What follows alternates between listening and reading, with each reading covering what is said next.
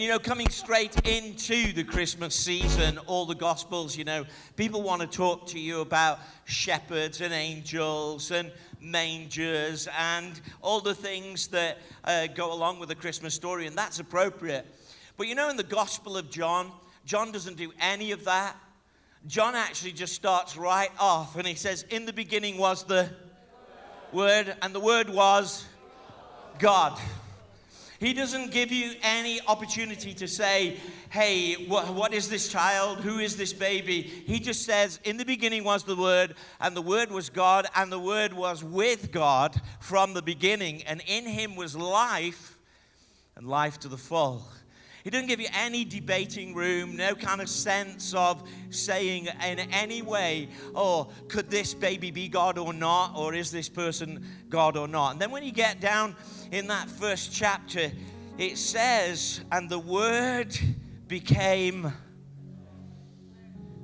and dwelt among us.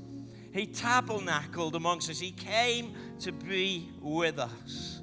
There's three things that I want to just kind of deposit in your spirit tonight. The first thing is God with us. You know what? That's the thing about Christmas. It's not just a prophet with us. It's not just a good idea with us. It's God with us. That Jesus comes and he says, I will be with you.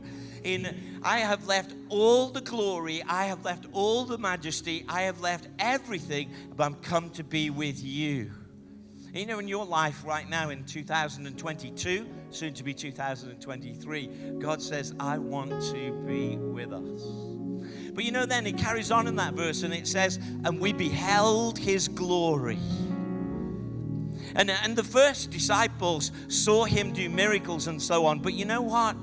You can behold his glory even today if you'll just begin to open up your heart and open your mind. Because not only does he want to be with us, he wants to inspire us to live higher.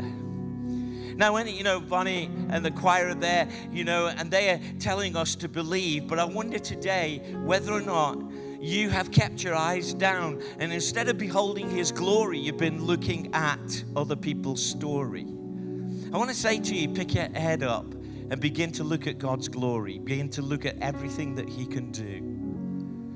And the very last thing that it says in John's gospel is he came with us and he dwelt amongst us and we beheld his glory. And then he said, of the only begotten Son, full of two things, grace and truth. Grace and truth. Why don't you just say that with me? Grace and truth. You see, God wants to fill you with his grace.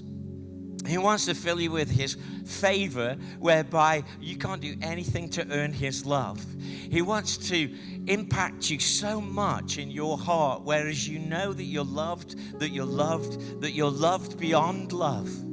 That actually, just because of who you are, you're loved. And that his grace just comes flowing to us.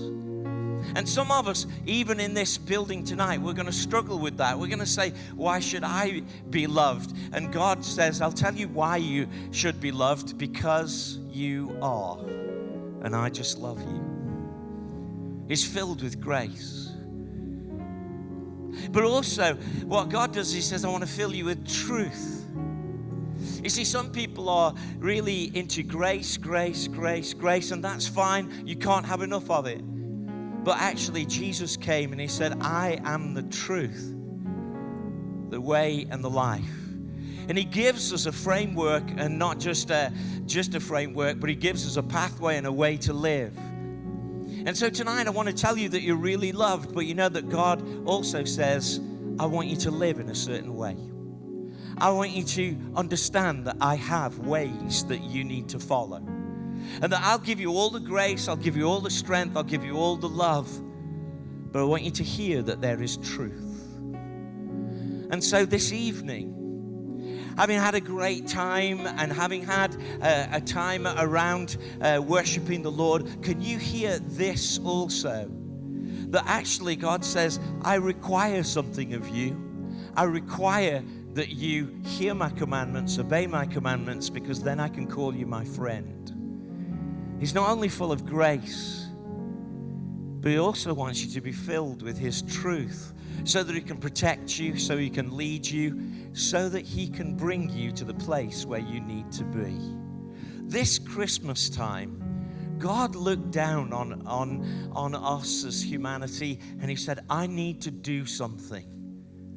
So he sent his son to dwell with us, to show us his glory, filled with grace and truth.